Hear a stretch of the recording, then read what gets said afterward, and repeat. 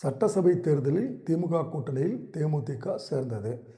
தேமுதிகவுக்கு ஒரு ராஜ்யசபா பதவி மற்றும் 6 சட்டசபை தொகுதிகளை அளிக்க திமுக கூட்டணி முன்வந்துள்ளது.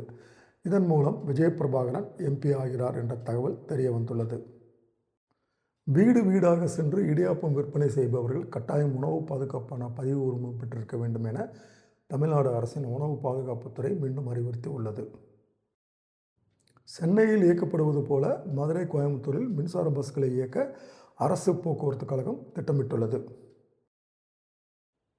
நாடு முழுவதும் 1 லட்சத்துக்கும் அதிகமான உணவகங்கள் 6 ஆண்டுகளாக வருவாயை மறைத்து 70,000 கோடி ரூபாய் வரை வரி மோசடி செய்தது வெளிச்சத்துக்கு வந்துள்ளது.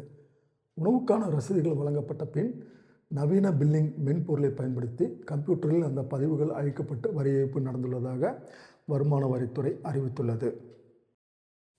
பாலியல் குற்றவாளி ஜெஃப்ரி எப்ஸ்டீனுடன் தொடர்புள்ளதாக எழுந்த புகாரை தொடர்ந்து பிரிட்டன் மன்னர் 3ஆம் சார்லஸின் சகோதரர் ஆண்ட்ரூ நேற்று கைது செய்யப்பட்டார்.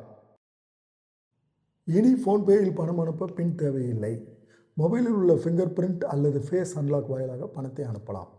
வெளிச்சம் குறைவு அல்லது சென்சார் கோளாறு காரணமாக பயோமெட்ரிக் வேலை செய்யவில்லை என்றால் உடனடியாக பின் நம்பரை பயன்படுத்தி பணத்தை அனுப்பலாம்.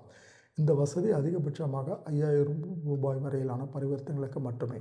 தற்போது ஆண்ட்ராய்டு ஃபோனில் பயன்படுத்துவதற்கு அறிமுகம் செய்யப்பட்டுள்ளது. விரைவில் ஐஃபோன் பயனாளர்களுக்கும் இது விரிவுபடுத்தப்படும் என ஃபோன்பே தெரிவித்துள்ளது.